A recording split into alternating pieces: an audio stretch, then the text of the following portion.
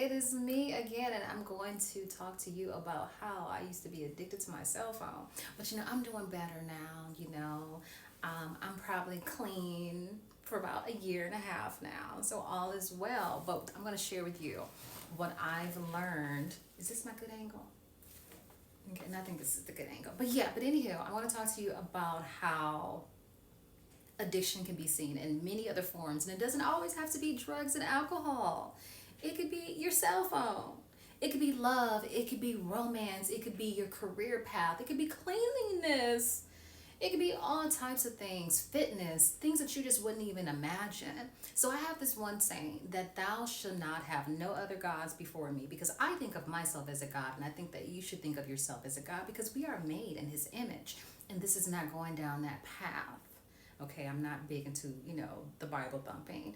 However, I do want you to take note of all the things that you could possibly be addicted to.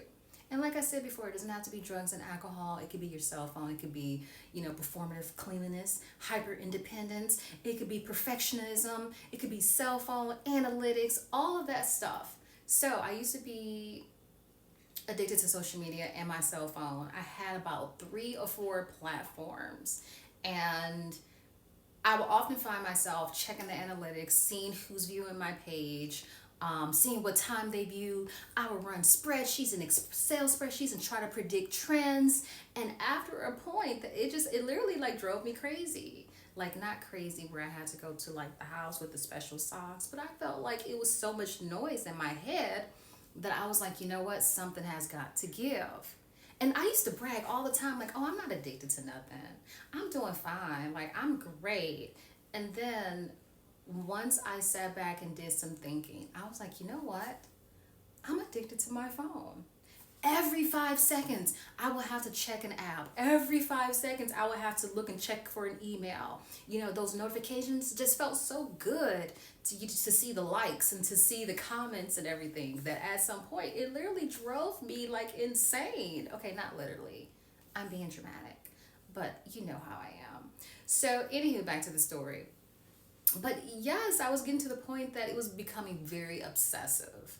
And so I had to take an extreme measure. I wasn't mature enough, and I'm still not mature enough to like wean myself off. Like, I have to do things cold turkey. I'm a very go hard or go home type of person. So I did a 30-day social media detox. Okay.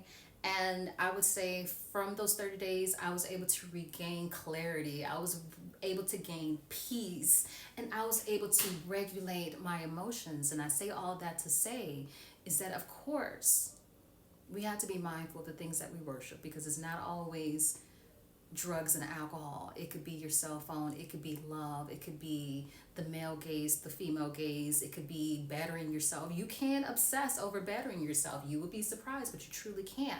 And the ways that you can tell if you're obsessing, if you're worshiping something, is if you think about it night and day. If you think about it 5 seconds throughout the day, if you eat, sleep, and drink that vice, then it's a problem. That's when you got to cut yourself off cold turkey so that you can get back to center. Now, I like to think of self-regulation as a gas fuel tank. You know what I'm talking about? Where you got the empty and you got the full and then you got the middle part. Well, I think of my spirit as, we have to stay center, and it's in the middle part. This side is not doing nothing at all. The other hand is the extreme side. That center is where we need to keep it. We need to keep everything balanced. So for me, I try to stay balanced, and I try to regulate my emotions, and I try to be mindful of where my attention span is going, because as you know, your attention is currency. So now it's important for you to stay center, and it's important for you to understand what gods you are worshiping, because no other god should become before you. What you need to do is that you truly need to take some time out, sit in solitude, and just truly think and reflect about where your attention span is going.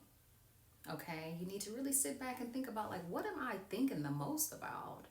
What prevents me from functioning in other areas of my life?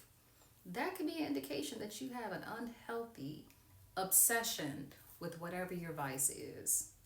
So the first step is just to evaluate, and the second step is just to make your move. Make your next move your best move and do with that information as you will. Remember, you are a God and you are made in his image. And thou shalt not have no other gods before you. Love you. So what they say, like subscribe, like and subscribe. Yeah, do all that and I'll see you on my next video. Bye.